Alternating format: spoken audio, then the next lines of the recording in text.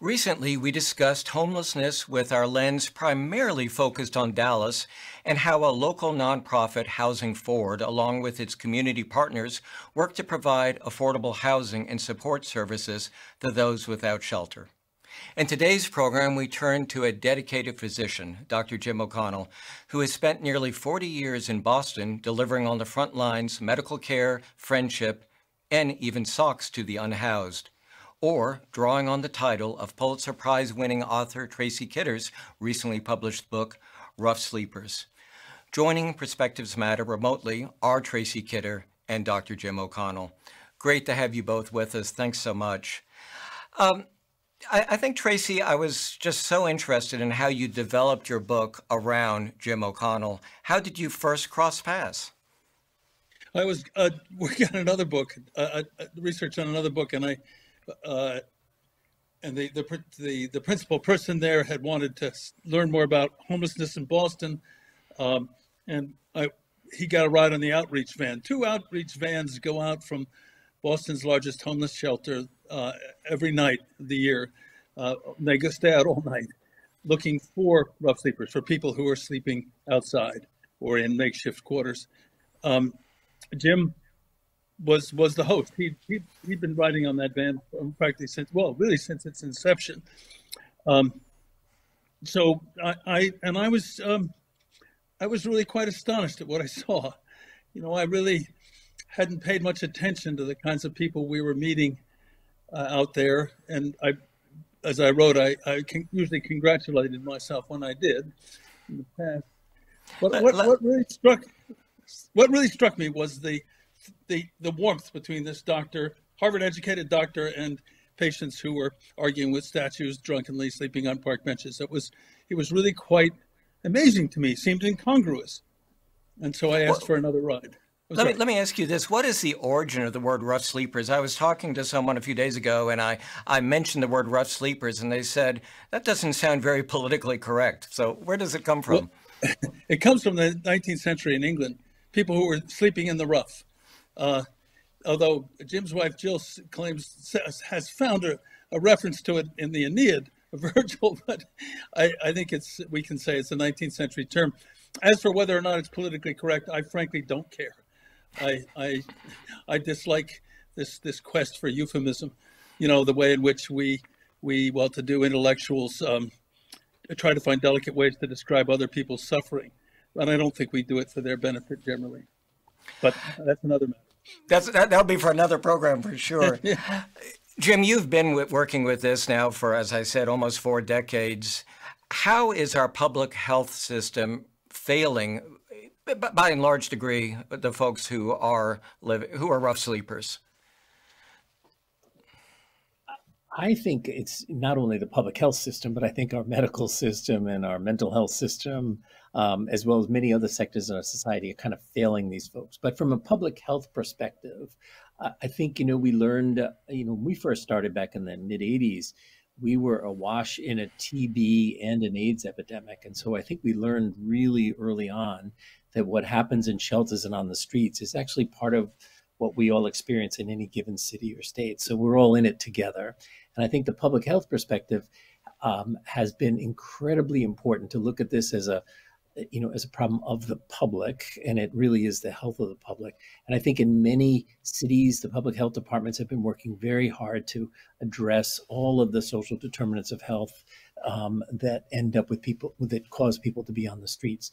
But we have a long way to go. I think integration of care and recognition that it's a societal-wide problem, not just a public health problem. Over the years that you've worked on this, what are some of the main, say, foundations that have changed, that have helped the homeless? I think the first recognition we had was we had to listen to the homeless people themselves. It was a mandate early on. And I think what they were trying to delicately, and maybe sometimes not so delicately, tell us was that much of the way our main systems are evolved often leaves homeless people disenfranchised or excluded. And I can give you an example, like if you're living on the streets and you're living dated moment to moment, trying to survive, having an appointment a week from now at some clinic just doesn't make any sense. We also learned from the homeless people themselves that we, the clinicians, really need to go to wherever people are. We've got to go find them instead of sitting in our offices and waiting for people to come to them. So it's been little things like that that homeless people have been able to teach us, and that where the unintended consequences of what we think are great systems can sometimes really affect these poorer people. One of the lessons in Tracy's book is to listen. And how did you learn to listen in that first year of practice after medical school? Well, I'd start with saying I came from a family of six, so I had to learn to listen really well.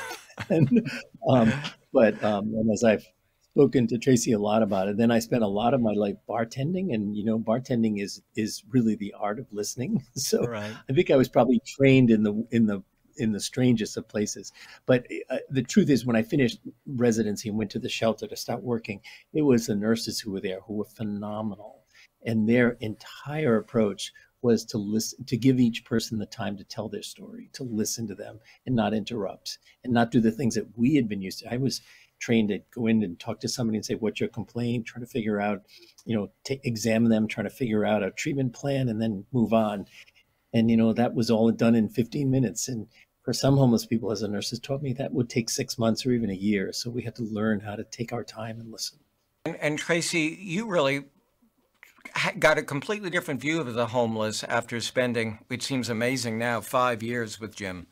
Yes, I did. I mean, for myself, probably it seems perhaps obvious and simple-minded, but I think like a lot of Americans, I had come to think of them as, primitive or even alien, largely because of all the things that they lack. In Boston, how do you keep yourself clean where there's no public bathrooms?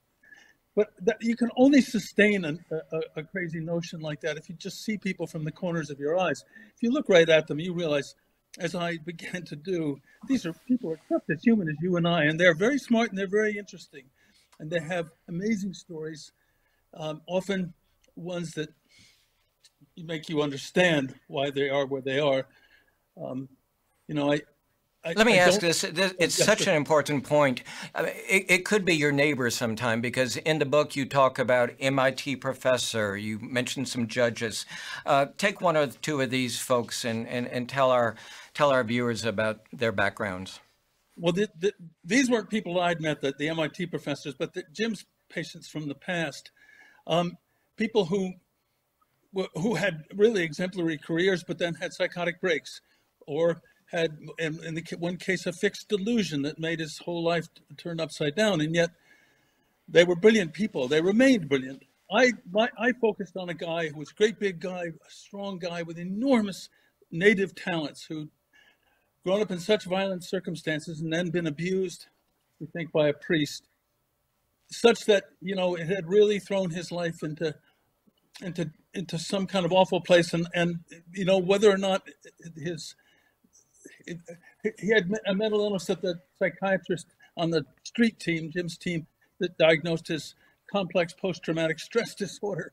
And this was a man now 50 years old. He was trying so hard to find a purpose in his life to fit back in. And really that was not going to be permitted to him. But I can go on about that. Yeah. I'm sorry. It's great. The statistics of child abuse and how it's really just a vicious cycle. Jim, you've seen this firsthand. How do we stop that? We have seen it firsthand. I have to admit, when I grew up in a relatively protected, not wealthy, but a protected environment, and I didn't see much abuse at all. And so when I first got to the streets and started taking care of the people who'd been living out there, who, by the way, called themselves rough sleepers, that's where I first got caught on it. But I was stunned by how many, when you got to know their stories, how many had been either emotionally, sexually, or physically abused, either by their parents, their foster parents, by the welfare system. It was really, or even by the clergy, as Tracy mentioned. So the amount of the people who are on the streets tend to be people who have, to a large degree, suffered some terrible adverse childhood events, most often of which included some sort of trauma. Our psychiatrist that Tracy was mentioning figured that anywhere from 60 to 80% of the men on the streets had suffered abuse, and nearly all of the women. We've recently did this program that focused a lot on affordable housing, but I think from what I've gathered from reading your book is that's really just one part, while important, just one part of the challenge. Talk about adaptation and how housing fits into that. Well, I think it's the most important thing if we could find, but we have to remember that it can't be any old housing. You know, I mean, the evidence that we have of that is there's a famous study in Boston that looked at life expectancies among T stops, or subway train stops, and found that if you went from from Charles Street subway station to the Mattapan subway station, you shed 30 years of life expectancy. So, you know, that has a lot to neighborhoods, and the nature of the housing itself is terribly important. It's also important that we remember just how, particularly for rough sleepers, I mean, there are probably, you know, there are tons, homeless people are a huge range of people. Most homeless people aren't homeless for very long, and most of them could probably deal well alone, you know, with just being given decent housing. The rough sleepers in Boston, in any case, almost all needed enormous amount of support. And it simply wasn't available. That whole idea of permanent supportive housing, you know, the housing part gets emphasized, but the support has often been lacking. And I think that was the case in the past for Jim and his program, that after all is almost 40 years old. You've got to have support for a lot of people, because some people would come inside and pitch a tent. There was one guy who came in, and in order to try to sleep, he had to go back outside and make recordings of night sounds on the street, you know, because it was so unfamiliar. One woman I got to know quite well was so puzzled, had forgotten everything about trying to live indoors. They had really well-honed skills for living outside, but she came in and she said, I would ask my refrigerator what I should do, you know. So how do you reconcile this need for rules and to help people come into sheltered society versus their preference to live on the street? Oh, I don't think people. I didn't meet anybody who really preferred to live on a street. They preferred to live on a street than in a homeless shelter. They'd say basically, well, how would you like to live in a basically a 500-man barracks? I was in the Army. I know exactly how that felt, and I sympathized. And one of the most telling stories about that, Jim has told me. Jim, I think I'm just really reciting stuff I've learned from Jim, but he had one patient who was sleeping outside under one of the bridges on what's called Starro Drive in Boston, and the man was schizophrenic, but very sweet and you know, reasonable. And Jim, on one really cold, terribly cold night, tried to persuade him to come into one of Boston's many shelters, and he just said he couldn't do it. And Jim said, "But why?" And the man said, when I'm inside the shelters, I can't tell which voices are mine and which are other people's. When I'm out here, at least I can handle my own voices. That seemed to me really tremendously poignant. So I think there's always a reason, and I think it's rarely that they don't want to be inside. It's just they don't want to be inside what there is that's available.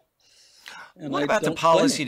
What about the policy decisions that were taken in the 1980s? And you discussed this a bit about, you know, Reagan decreasing some funding, but were there other factors at play in the 1980s that frankly drove more people to the street? I think that you know, we've overemphasized the deinstitutionalization side, but I mean, mental illness and the releasing all kinds of mentally ill people of all dimensions to our streets probably complicated the problem. Certainly is, you know, still with us and is very obvious. But there were the Vietnam veterans, many of whom were not receiving much help. There was the AIDS epidemic coming, the crack cocaine epidemic, and there was just, I think, income inequality in some places, and gentrification, which was driving a lot of it. I think it's a really complicated series of things. Reagan takes a lot of heat for it, and certainly he said some things that I find I take exception to, equating shelters with homes, or saying it's people's choice to stay out there. It's much too simple, or that there are tons of jobs for people. None of that was really true. But, you know, it's worth remembering that the Reagan administration's cuts took place in a setting where he only had full control of Congress during two of his 8 years in office. So Democrats bore some of the blame for all of this. Lots of blame And to share. I don't know. Jim has probably some other ideas too. I mean, Boston had a lot of SROs, which were pretty run down, but that whole system was just destroyed. I'm in the south end of Boston, which is now very and tell us what an SRO is. a single room occupancy. Okay. With the bathroom down the hall. These served as I think we threw these away too easily. It's certainly when we went in Boston when old rundown neighborhoods were fixed up, there were plans to make these welcoming communities for people of all income levels, but it didn't work out. Yeah, they're often not in my backyard, I guess. I think so, and also it's not very profitable, I guess. I mean, Jim, I want to ask you about funding because, as you may know, Texas is one of the, I think, 5 or 7 states that is not taking expanded Medicaid funding for housing. And I believe Massachusetts is. How have you cobbled together the funding that you've been able to apply in your good city of Boston? We've been very blessed to have a Medicaid department, for example, that really feels that its job is to reach out to the poorest and the most excluded, and they've been very creative, and we have been the beneficiaries of that for sure. And I truly believe that the only way we're going to be able to care for a population that's been so structurally disadvantaged is by expanding Medicaid and insurance and lots of other things to address those issues. But we've been able to fund. So Medicaid is our primary funding here in Boston because most homeless people, if not all, are eligible now for Medicaid, and which means they can go to hospitals. We can, have things paid for. But we also, I think, we've been lucky to be. I think homelessness is kind of tricky. While the solutions have to be sort of from the federal level and to some degree from the state level, the day-to-day problems of homelessness tend to be city focused. It's the mayor of your city who will get the complaints when somebody's acting out. And so I think one of the other blessings we've had is that our mayors, we've only had a handful of mayors in my 40 years, and they've all been universally open to trying to improve the care of homeless people. We've had a really developed shelter system where 95% of all homeless people in Boston are in a shelter and on any given night. And that network of shelters, while it's not the solution to the problem, it's certainly a way to, help. It's a life-preserving answer to something while we're waiting to get the housing that we will need to end this problem ultimately. How do you help folks with their employment when they perhaps do not have a roof over their head and lack of transportation? We don't do a very good job at that, to be very honest with you. And one of the enlightening issues for us as we deal with the people who've been chronically out, and remember, this is that subpopulation of homeless has been chronically in the shelters, chronically in the streets, is that many of them have never, ever had a job. So it's not a question of getting them back into something they did, but having sheltered workshops and employment that allows them to adjust to the routines. And those programs are, while there are some very creative ones in Boston and other cities, we don't have anywhere near enough to gainfully employ the people that we've been caring for. Remember, 25% of the men anyway living on the streets of Boston. And I look at the roots of that homelessness going back to when they were kids, but 25% can't read or write. So when you start to say, how do we create jobs for them? It's a very, very complex and important thing to do. And we need to, as we're learning that as we get people into housing, one of the services we think really is necessary is to get them trained to do something productive that gives them hope, gives them an income, and allows them with the limited skills they have to develop. Jim, that's a startling statistic. Does that mean that they dropped out, probably never even really went through elementary school? Many, what we learned is, in schools in difficult neighborhoods that are very underfunded, when kids have, for example, ADD, a learning disability, or, attention deficit, if there's not the support in that school, they can be treated as troublemakers or kids who can't learn, and they get put from first to second to third grade in special classes. And then by the time they're 10 or 12, they're running away from school and never learn to read or write. So I think I talked to Tracy a lot about this, and I think one of the things we should all think about as a society, when I think of how complicated this problem is, one of the real fundamental things we have to do is address the problem of our schools. If we could catch these kids back when they were 7, 8, and 9 years old, we would not see homelessness today. Take us in a typical night for you. We have just about 5 minutes left, but what is it like? Who do you see? What services do you provide? That's a great question. So one of the rules we have is that no one night is like any other one. So one rule we have is to expect the unexpected. But the nighttime, we have a whole lot of daytime stuff going on, but the nighttime for us is working on this remarkable van run by Pine Street Inn with money from the Department of Public Health, with these really amazing workers who are out every single night, and they're diverse. Most of them have experienced homelessness or in recovery, but they get to know almost everybody on the street. And the secret is they bring soup and sandwiches and blankets. It's not a medical van. I tried hard to make it a medical van, but the homeless people did not want medicine at nighttime. They wanted food and blankets. So I ride along on that, and it's the way we've been able to earn, one, be consistent and earn the trust of people outside. So we're coming to give them something, not to take anything away.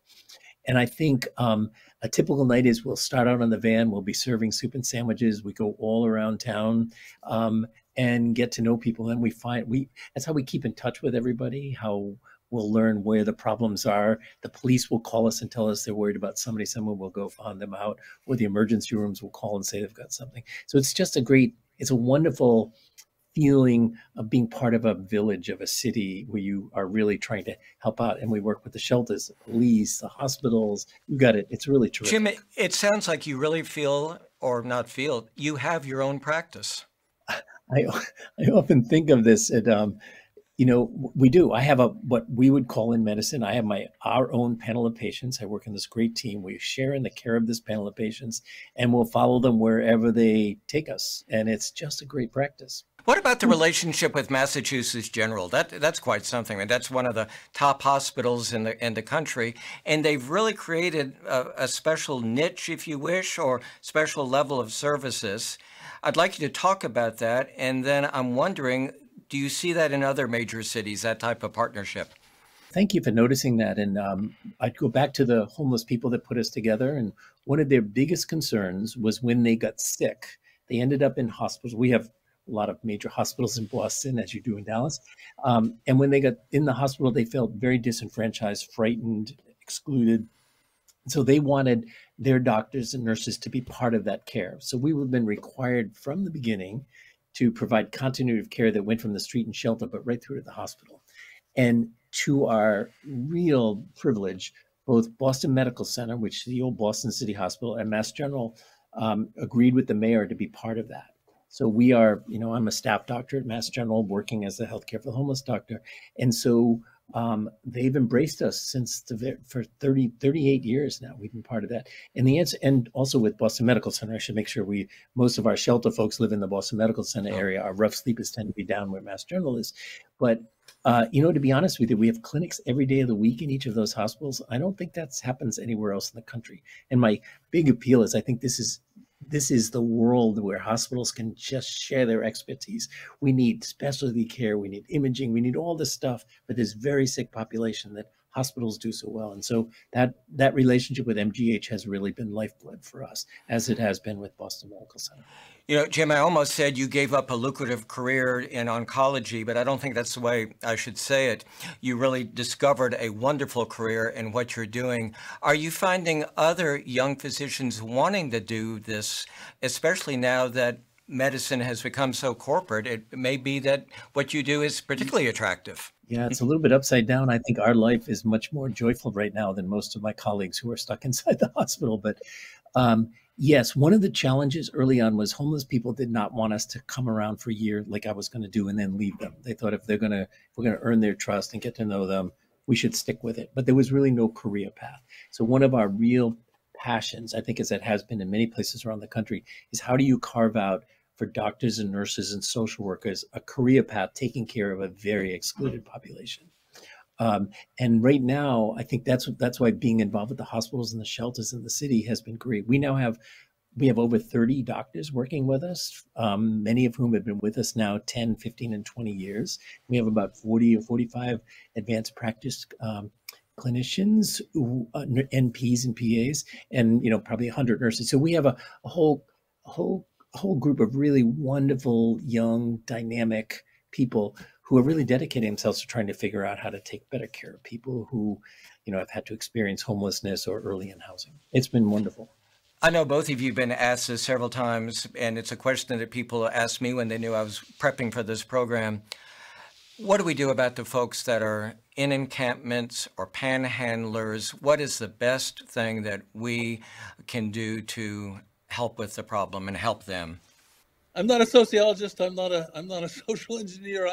But I do think that what Jim has done is really providing better care than almost anybody else in Massachusetts gets to its poorest residents. I'm not saying that should be changed, but I think it ought to be extended to the middle class. Right.